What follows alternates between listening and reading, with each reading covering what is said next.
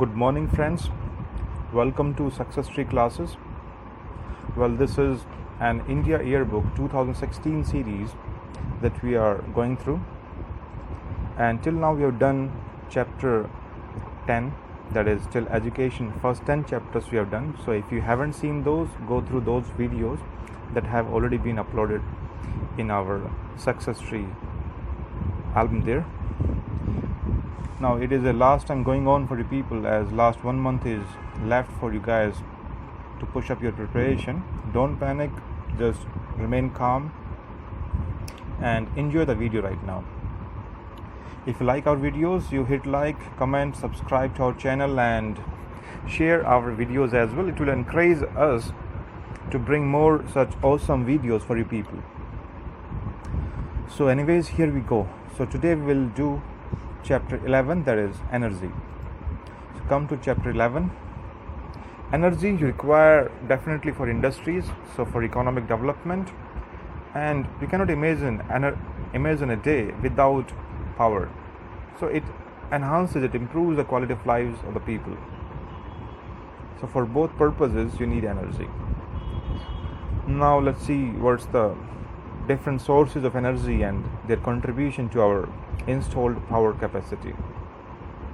This India book says around 2,55,000 megawatts of total power installed capacity we have, but presently it is because this data is of 2014, and now presently you're having around 3 lakh megawatt of installed power generation capacity. Well, it won't be asked in fact, but you need to just remember that how much is coming, or which sector or which segment contributes maximum to this power. Well, this is coal. So our coal based thermal power plants, those contributes maximum to our power generation capacity, and they contributes around 60%. So remember, maximum around 60% they contribute to our power. Then you have certain part in terms of hydro, nuclear and renewable energy sources. And nuclear, it is around 2%. So if you see nuclear 2%, it comes to be around 5,780 megawatts. So just remember, more than 5,000 megawatts is, or just less than 6,000 megawatts is the nuclear power generation capacity, installed one. And how much is coming from the renewable sources of energy? It is 14%. So 14% of total power installed capacity comes from renewable energy sources. For example, solar, wind, small hydropower, biomass, waste to energy. So all these are renewable sources of energy. Now if you see, out of these total 14%, that comes out to be 42,849 megawatts. So somewhere around 40,000 megawatts of energy comes from renewable sources of energy. And even among all these renewable energy sources, maximum is coming from wind. So remember, just around 26,000 megawatt comes from wind. Then it is solar, somewhere around more than 5,000 megawatts is coming from it's around more than 6,000 megawatts is coming from solar. Then it is biomass, around 4,800 megawatts from biomass, and then small hydropower, somewhere around more than 4,000 megawatts from small hydropower. So well, this is the present statistics. If you remember, our government is pushing a lot towards increasing this capacity by renewable energy to the next level, and we have even given our targets in INDC, that is intended nationally determined contribution, our voluntary contribution to combat or to mitigate climate change. So if you see, under our national solar mission, Jawaharlal Nehru National Solar Mission, it has a target of increasing this power by solar to 100 gigawatts, means 1 lakh megawatt. That is our target by 2022. So presently, how much do we have? Somewhere around 6,000 megawatts, and how much it is to be increased to 1 lakh megawatt or 100 gigawatt. So as per our INDC, our target for total renewable energy sources is to increase it to 175 gigawatt. So people, it's very highly ambitious target, 175 gigawatt total. How much presently we have in terms of renewable energy installed capacity? That is around 42,000 megawatt. That's it. So really very ambitious one.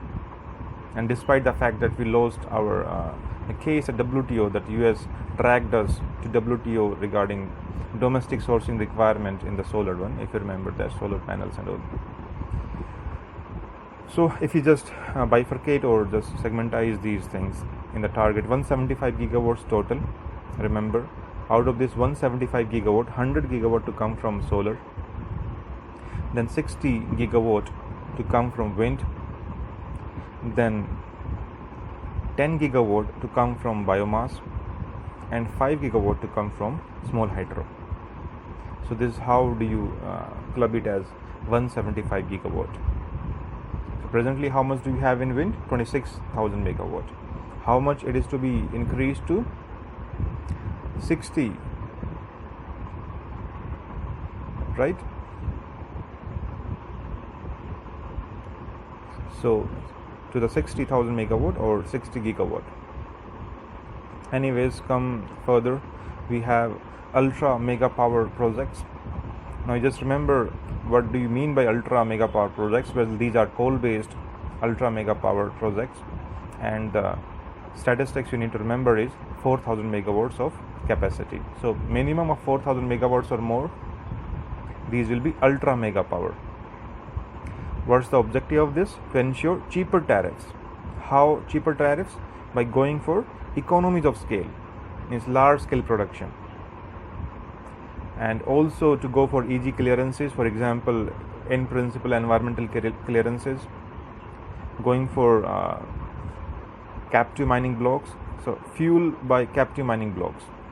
What do you mean by this? Means the captive mining blocks, for example, if any mine that is allocated to a particular industry only for that purpose only. So if the coal coming from a particular mine, that will be utilized to meet up the demands of industry. For example, here these ultra mega power projects.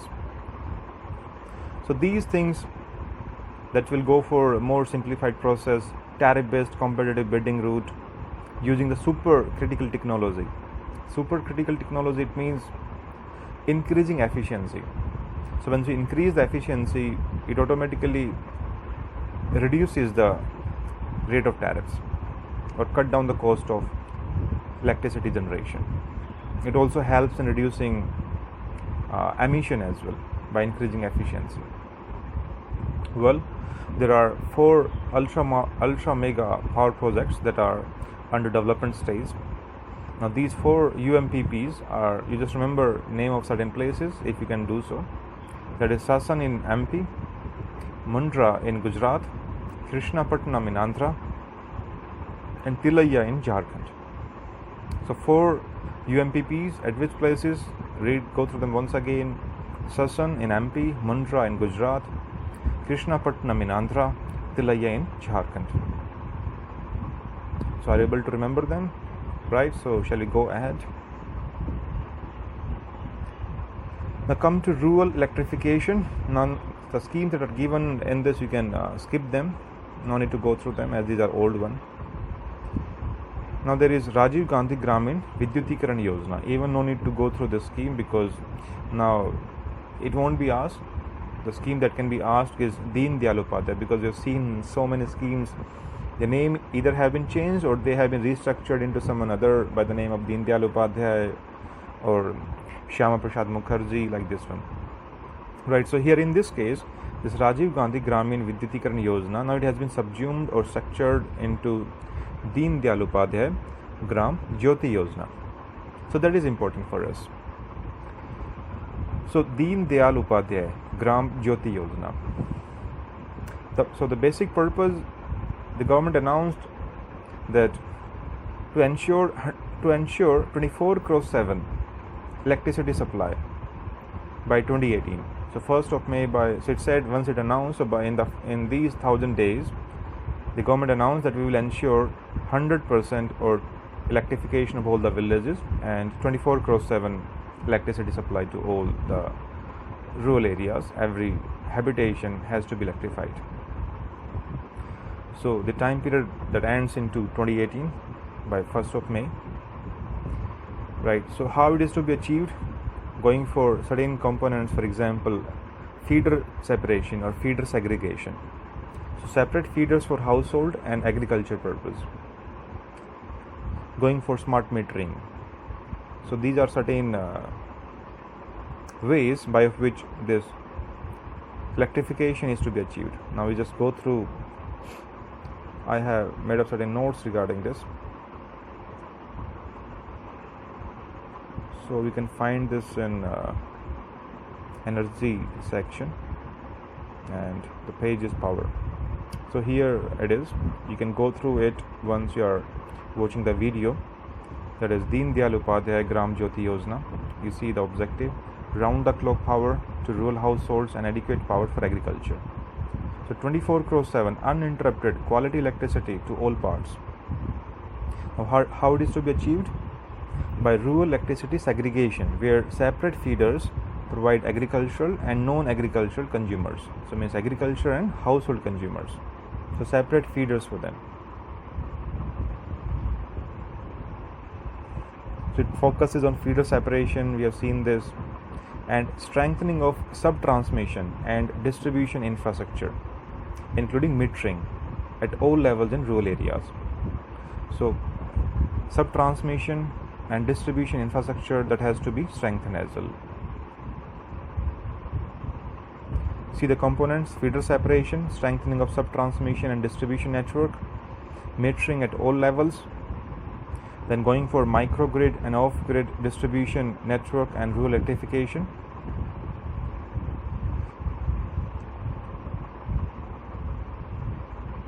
So just remember these components about this Deen Dayal Upadhyay. You can see here the earlier scheme for rural electrification, Rajiv Gandhi Gramin Vidyutikaran Yojana, has been subsumed in the new scheme as its rural electrification component. So just remember these major components and the objectives. So objective is to ensure 100% electrification of all the habitants, that is in the rural areas basically, and ensuring 24/7 uninterrupted quality power supply. Okay, then we have this GVA, that is Gramin Vidyutikaran Abhiyanta.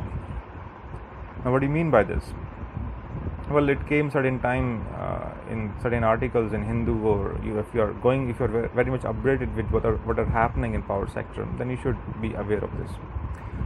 Now, what is Gramin Vidyutikaran Abhiyanta? So these people are chosen from the community, local people these are, and these are Gramin Vidyutikaran Abhiyanta, means rural electrification engineers. So they are to assess the actual status of the electrification of the villages. For example, the government says, okay, we have electrified so many villages. Now, well, these GVAs, these Vidyutikaran Abhiyantas, they will go to these villages and see the actual status of electrification, and then they will gather data, and this data shall be uploaded on an application known by GAIL. You see here GAIL, that is Gramin Vidyutikaran application. So this GAIL application is what? So directly the question can come in prelims. What is GAIL? Well, GAIL is an Gramin Vidyutikaran application. Function you have seen, these GVAs, they are going to assess the data, assess the electrification status of the villages of this Deen Dayal Upadhyay Gram Jyoti Yojana, and to upload the actual status, the data on GAIL application, and this data is to be available to both, that is to the government officials as well as to people at large. Now you see where if it comes in prelims, definitely it is quite sufficient information given here in this video.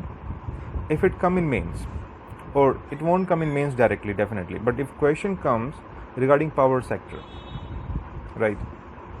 So this is a way to enhance transparency, or it is a technological initiative.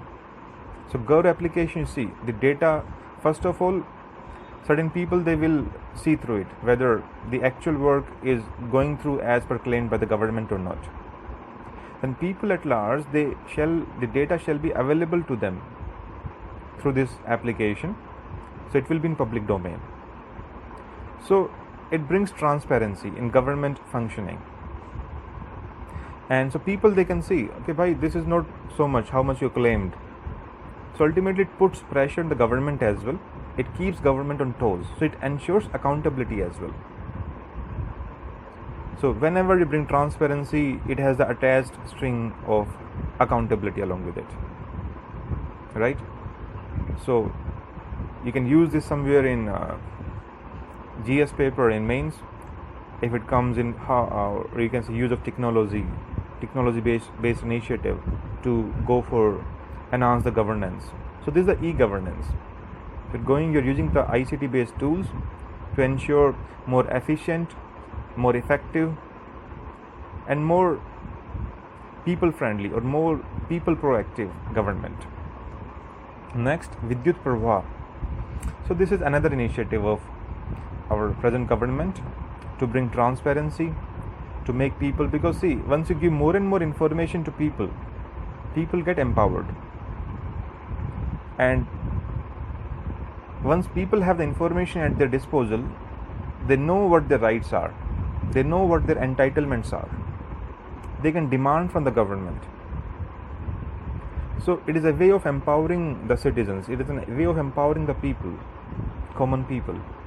So you aware them, you educate them, you tell them what you deserve, you tell them what your rights are. So more and more information available in public domain is to empower the citizens, common people. So Vidyut Parva is also to serve the same purpose, that is empowering the common people. So what Vidyut Parva is, so it's a web portal, it's a website, you can go on that, and how much power is available in your state, you can see through it. In the whole India, at which part, how much power is available. So you can see the name, Vidyut Parva. Parva means, it's a Hindi word, I believe, right? So Parva means flow, how much power flow, right? So it tells in which state how much power is available. So people, they can demand, if you have the power or there's no scarcity of power, then why not we are getting the power 24/7. You can see the basics, highlights of power availability in the country on real-time basis, current demand met, shortages if any, surplus power available, and the prices in the power exchange, real-time data and the comparison with the previous year. So all these information, so transparency to next level. Why? Because again, it's available in public domain by using this ICT tool. So it brings more accountability, definitely good governance. So it is the e-governance, and this is the website, that is vidyutprabha.in. So access this and see through it how much power is available in your state, and then demand from the government. Okay. Now we have Uday.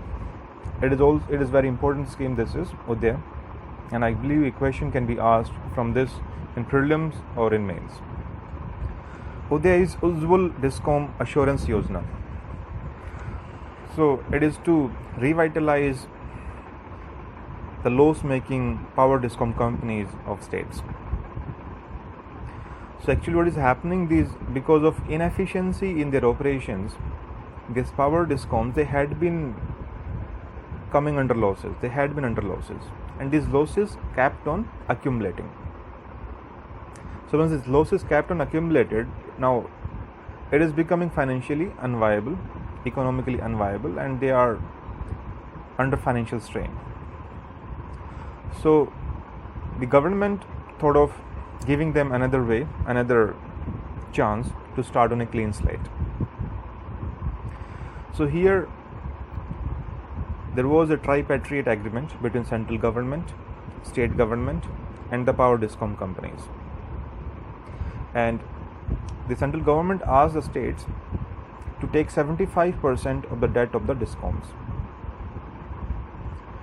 right? And the 75% debt is to be taken in a way that is 50% of this debt in 2015-16 year, and remaining 25% in 2016-17. Now here, if the states they take debt of this power discom companies, but here the government of India, it gives certain relaxation that this debt taking in activity by the state, it won't be counted under fiscal deficit targets as per FRBM Act, the target set for the states for the year 2015-16 and 16-17, right? So if you see, these are certain ways. So it is a way, if you states are going to take the debt of the discom, so they will get relaxed of this financial burden and all. The interest payment will get reduced, right? Moreover, the actual, see, if the government had taken only this thing, then again if they had not addressed the core issue, then these power discom companies could have again come under losses. So the government said, okay, fine. What was the basic reason behind your losses? Inefficiency. So improving the operational efficiency is also an important component of this. That is, improve the operational efficiency. Then reducing the cost of power generation. How to reduce cost of power reduction? You can say, for example, captive mining blocks, for example, now ensuring uninterrupted or regular supply of domestically mined coal to these to the power plants. Moreover, shifting of coal from the inefficient plants to efficient plants. So in this way, cost of power generation is to be reduced. Now this is the basic about Uday. Now you can see certain components of this. So this is Ujjwal Discom Assurance Yojana. You can see these certain points that incentivize the states by exempting states takeover of debts from FRBM for 2 years, increase supply of domestic coal, coal linkage rationalization. Means coal linkage rationalization means what? Coal, if it is somewhere going into inefficient plants, so shifting that coal from inefficient to efficient plants so that cost of power generation can be reduced. Coal swaps, allocation of coal linkage to states at notified prices. So all these are the way. You can go through the analysis, very important for mains, the points given here. You can see the benefits or the analysis of this, that it will help in revival of power discom companies and to ensure sustainable permanent solution to the problem. Secondly, also achieving the objective of our Prime Minister's vision of affordable and accessible 24/7 power for all. Then we have seen in the value chain, the distribution has been the weakest link. So also addressing that problem will help in improving the efficiency. Then effort towards 100% village electrification, 24/7 power supply, clean energy. It cannot be achieved without performing discoms. It will also, now see, power outage also adversely affect national priorities like Make in India and Digital India. So these are linked together. How with the shortage of power you can ensure Make in India to be a success or Digital India to be a success. For example, you say the all 2.5 lakh village panchayats to be connected by the broadbands as per NOFN project, National Optical Fiber Network project. But for example, you lay down the optical fiber cable to the villages, but you don't have uninterrupted power supply to those villages, or those villages are not electrified. So how this Digital India shall be realized in real way? Or Make in India, if you don't have power to the industries, how it is feasible? Moreover, you see, it will also take care of certain NPA issues that the banks are struggling with, because we see default on bank loans by financially stressed discoms has the potential to seriously impact the banking sector and economy at large. So 4 initiatives: improving operational efficiency of DISCOM, reduction of cost of power, reduction in interest cost of DISCOMs, then enforcing financial discipline on DISCOM through alignment with state finances. So go through these points one by one. You will have a very good understanding. So you see at Uday, now certain points for the prelims. Uday is optional for states, right? So adopting Uday is optional, but it provides the fastest, most efficient and financially most feasible way for providing 24/7 power for all. Now it will be operationalized through a tripartite agreement, as I just told you in the initial starting of this scheme. So this tripartite agreement among the Ministry of Power, of central government, then state government and DISCOMs. So Uday truly heralds the Uday rise, that is powerful India. Wow, what an analogy. That's all from the different schemes of power sector here. So what we have learned in this OneNote application or OneNotes of mine. The first one was Deen Dayal Upadhyay Gram Jyoti Yojana. Then we did Gramin Vidyutikaran Abhiyanta, GVAs. So what does GVAs do? They see through how much was the progress of this electrification of villages, upload data on GAIL application. GAIL application, Gramin Vidyutikaran application.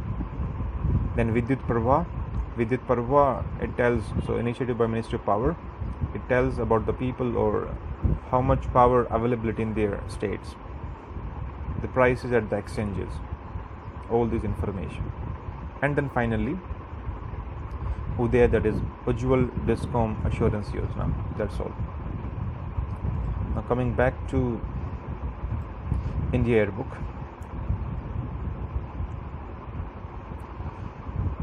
So here nothing much is given in this Gramin Vidyutikaran Yojana.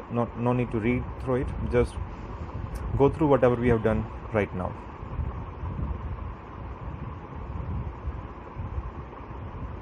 Come to energy sector. Again, you can read this paragraph just for the mains perspective, get a better understanding. So energy security to ensure availability of and continuous availability of commercial energy at competitive prices, and this is to support the economic growth, also ensuring to the household levels their needs as well, and this energy has also to be clean and sustainable, right? Then it showcases that as our energy requirement, our dependence is increasing on the external source of energy, that we are importing a huge energy from outside, from the foreign, from abroad. So our energy dependence, our energy security gets threatened if any fluctuation in those international energy prices, right? So to tackle this problem, we have to rely more and more on the domestic sources of energy, or to diversify our energy sources. So it says it is not a question of choosing among alternative domestic energy resources, but exploiting all available domestic energy resources to the maximum, provided they remain competitive, right? So it means to exploit all available domestic energy resources in a competitive way. So the basic has to be increasing efficiency and to rely more or augment our domestic energy resource base so that our energy security can be ensured. For example, if you see, we depend on for oil and gas on the Gulf countries. So highly fragile region that is in terms of geopolitics. So if anything happens, our oil and gas supply may be cut down or it may be threatened, so ultimately posing a threat to our energy security of our nation. So what are happening in those, moreover, fluctuation in the prices, that also has its impact on the people living in our nation. Next, that is non-conventional energy. Here there is a program that is ethanol blended petrol. So as per the government, now it has been made mandatory of 5% blending of ethanol with petrol. So ethanol blending program. So ethanol to be blended with petrol. Its benefits, so just think over it, what could have been the benefits of this blending program. One thing, it will reduce emission by blending ethanol with petrol. Secondly, it would be cost effective. So it is environmentally sustainable as it will reduce emission by blending ethanol with petrol. Secondly, or moreover, it also cut down the cost. It will be more cost effective as well. Thirdly, as ethanol is a byproduct of sugar industry, it is produced from the molasses, so it will also support the sugar industry, this kind of the mandatory program, because now there will be more demand of ethanol to be blended into the petrol. So sugar industries, they will get a support in this way. As you've seen, highly unviable these sugar mills, they have become. Shut down of so many sugar industries, so many problems attached to it, running into the losses. So this kind of initiative is something cushion to that. Same with biodiesel. So biodiesel is to be mixed, again blended with high speed diesel. So that's at 5% mandatory. Just go through them once, if you remember, well and good. But remember this ethanol blended petrol program. ONGC Videsh Limited. So ONGC Videsh Limited is a part of what? ONGC. It's tasked with to explore and production of oil and gas outside India. It is operating in joint ventures in terms of subsidiaries in 8 countries. So in 8 countries, just we see what those 8 countries are where our OVL, that is ONGC Videsh Limited, is operating. So 3 countries in South America, that is Venezuela, Colombia, Brazil. Then 2 countries in Africa, that is Sudan and South Sudan. Then in Asia, you can say Russia, Syria and Vietnam. So these are 8 countries, 3 in South America. So let's recall the name again, that is Colombia, Brazil and Venezuela. So Venezuela, Colombia, Brazil. Africa, 2 countries, Sudan, South Sudan. Asia, you can say Russia, Syria and Vietnam. So Vietnam, you remember South China Sea issue, how in South China Sea, China is creating so much problems, and our interest lies there in terms of exploration of oil and gas in South China Sea along Vietnam. So South China Sea remains important. Go through the various countries lying along South China Sea. Also see the South China Sea dispute is among which countries, means who are the claimant countries on South China Sea. See the important islands, or say China is claiming, say, whole of South China Sea as per its historic 9- claim. So it has you can say certain islands. In terms of islands, 9- means in terms of islands, certain Scarborough Shoal, certain shoals as well, corals. In this way it is claiming the whole South China Sea.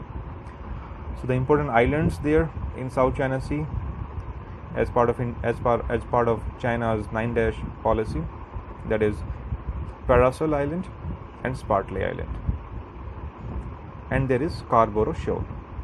So Parasol, Spratly and Scarborough Shoal. Where these are? Remember, these are in South China Sea. Anyways, go ahead. Let's see. Oil India Limited, it does all the 3 work: exploration, production and transportation of crude oil and natural gas. It is a Navratna company, that's it. So Oil India Limited, don't just have the confusion that it doesn't work in the transportation, it also has its role in transportation. So exploration, production and transportation of crude oil and natural gas, Navratna. GAIL, Gas Authority of India Limited. Now this gas is to be transported by the pipelines. So this pipeline building work is done by Gas Authority of India Limited, GAIL. So GAIL is tasked with the work of building the pipeline network. So how much network GAIL has built up right now? It is around somewhere 10,000 kilometers is the current status. And total pipeline network in India is somewhere around 16,000 kilometers. So out of this 16,000 kilometers, 10,000 kilometers is by GAIL. So you can see the maximum part of this pipeline network is built by GAIL. You can see what other companies are operating in this pipeline network. ONGC, Indian Oil, GSPL, Reliance. These are remaining other. Now see the pricing of these petroleum products. As there was earlier administrative price mechanism that was abolished, resulting into the deregulation of oil sector in India. So the government that notified that pricing of all petroleum products except PDS kerosene and domestic LPG would be market determined. So still PDS kerosene and domestic LPG, the prices are regulated by the government. Then the Rangarajan committee that recommended, and the government accordingly changed the pricing mechanism for petrol and diesel from import parity to trade parity. So for petrol and diesel, the pricing mechanism is now trade parity. Earlier it was import parity. Whereas pricing for PDS kerosene and domestic LPG is still import parity. Now what do you mean by import parity? So any importer that imports any commodity, any good, here for example oil and gas. So the price that comes out to be in total, that is costing that particular importer in say the cost of that commodity, including the freight charges, that is ship charges in the transportation, the duties as well, all kind of duties involving all those. So all the cost comes out to be, if you include that and bring your pricing on that, that is the import parity basis. What is trade parity? It has a component 80% import parity, 20% export parity, right? Now you can go through the last couple of lines. So it says that the retail selling price of diesel is still somehow, there is government intervention in that, is to insulate the common people from the impact of rise or fluctuation in international oil prices. So RSP, that is retail selling price of diesel, is below the required market price, resulting in incurrence of under recovery to OMCs. Well, many times if you see presently the international oil prices that fall down drastically to $30 a barrel, even from somewhere it was $110 a barrel once around 2 years ago. But now we don't find the whole benefit didn't filter down to the consumers, because the government kept on increasing the excise duties on that. So now you cannot say this RSP of diesel is below the required market price, right? So here in case the government has kept on increasing those duties, making it somehow at a level that is above that could have been the cost. Well, the rationale behind is a different one. We are not going into the rationale behind increasing excise duty, because it says that that amount is going to get into a separate fund to be used for infrastructure project and all. Or second benefit could have been to maintain predictability in the prices. If the international prices fluctuates a lot, if here our prices in our market fluctuates a lot, it is unpredictable behavior, right? So to ensure predictability in the prices. Okay, whatever the way. Anyways, let's move further. Now come to coal reserves. So there is around 300 billion tons of coal in India, coal reserves. And the major coal bearing states in India, these are Jharkhand, Odisha, Chhattisgarh, West Bengal, MP, Telangana and Maharashtra. So you can see the forested region where these are found, coal are found. The regions Jharkhand, Odisha, so these are in the boundary regions, border regions of Jharkhand, Odisha, Chhattisgarh, then West Bengal, right? MP, so which part of MP? Somewhat southern part of MP, southeastern part of MP. Same way, where in Maharashtra, it is somewhere around eastern part of Maharashtra, having the borders with, say, MP, Chhattisgarh and all these states. Telangana, same way, Maharashtra, okay, fine. So regarding the coal, though, see, we have a huge coal reserve in India, but still we import coal. Why? Because the coal quality that we have is of low quality. A lot of ash content is there in our domestically produced coal. So we import coking coal. So coking coal is used in the furnace in the steel industry. So that is a high quality grade coal. So we don't have that coal available in India.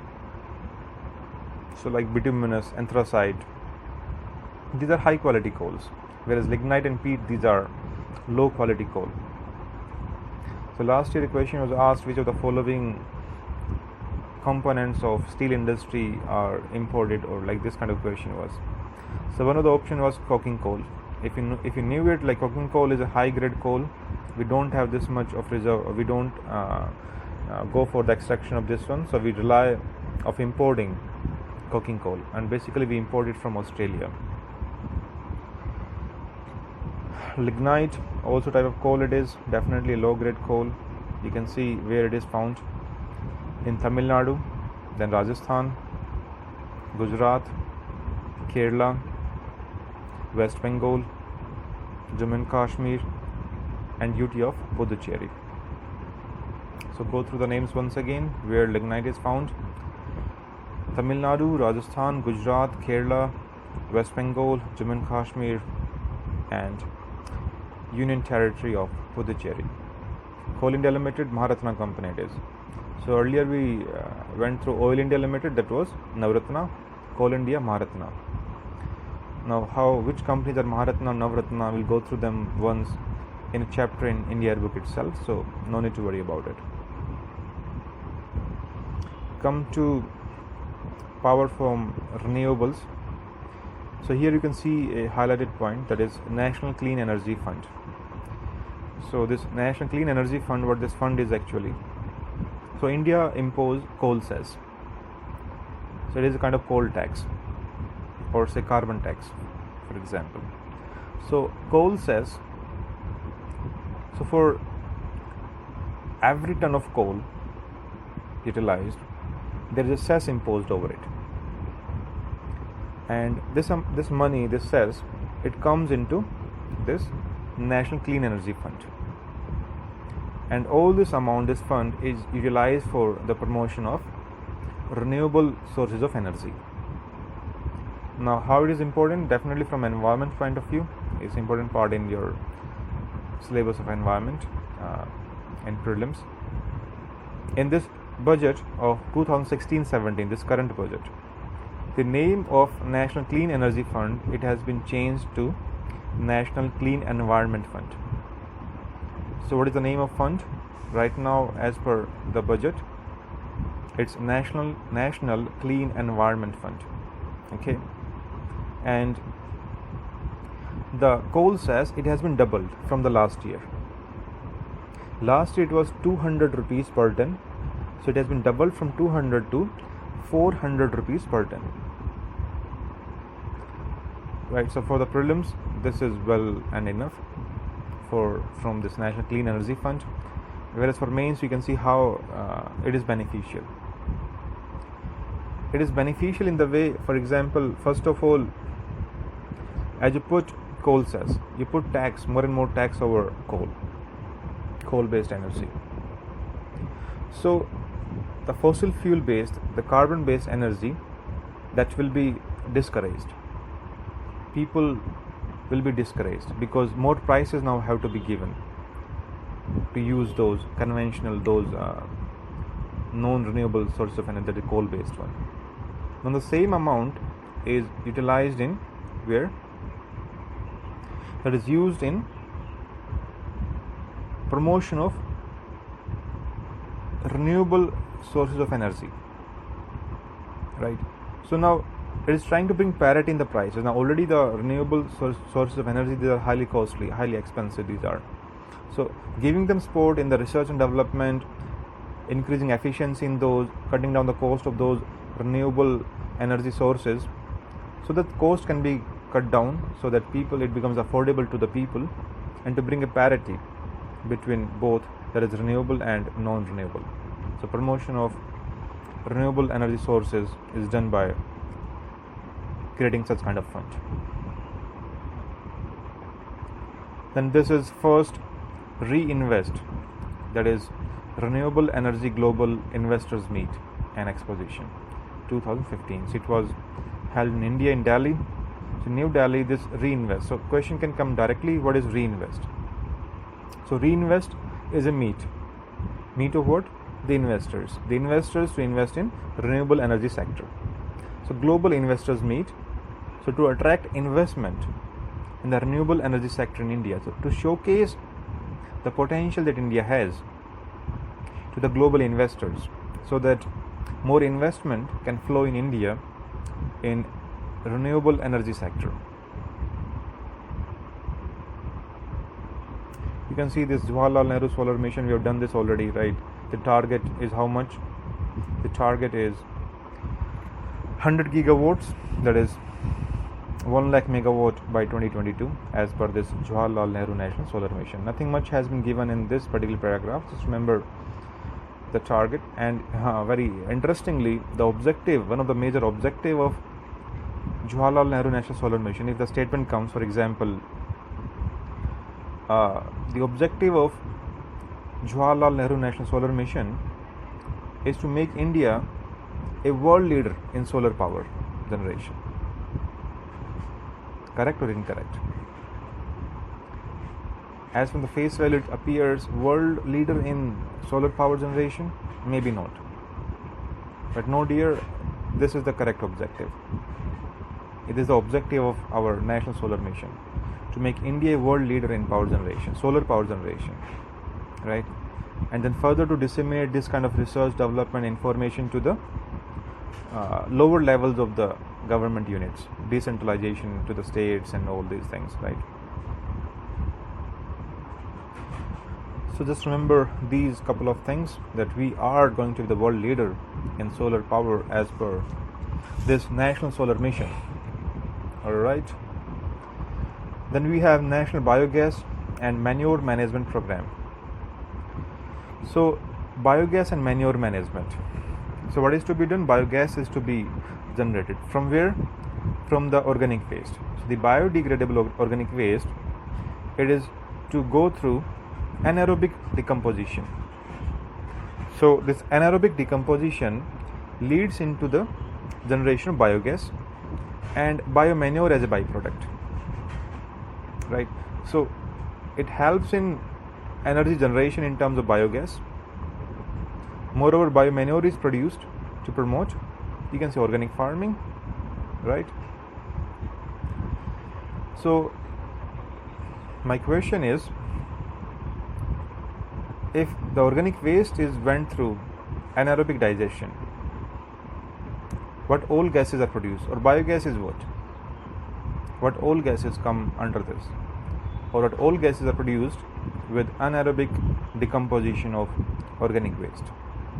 Options for, say, methane, carbon dioxide, hydrogen sulfide.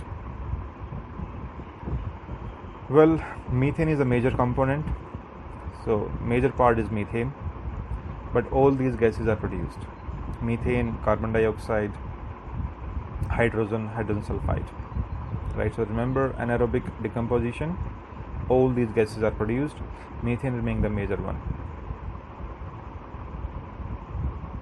This National Biogas and Manure Management Program, here it is given. So what kind of program this is? It is to support or to encourage family type biogas plants, mainly for rural and semi-urban households. So family type biogas plants are to be promoted. So you can see the anaerobic decomposition process is known as low carbon generating technology for efficient management of waste and sanitation.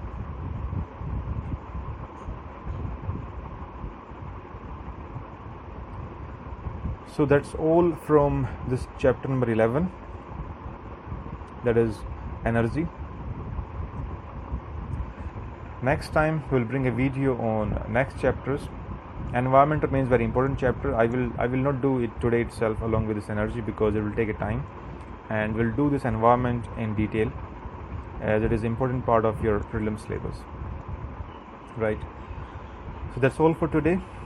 We'll bring the next videos in the coming days, and if you really want us to bring more such awesome videos for you people, you like our videos on YouTube, you join our Facebook group as given in the description, subscribe to our channel,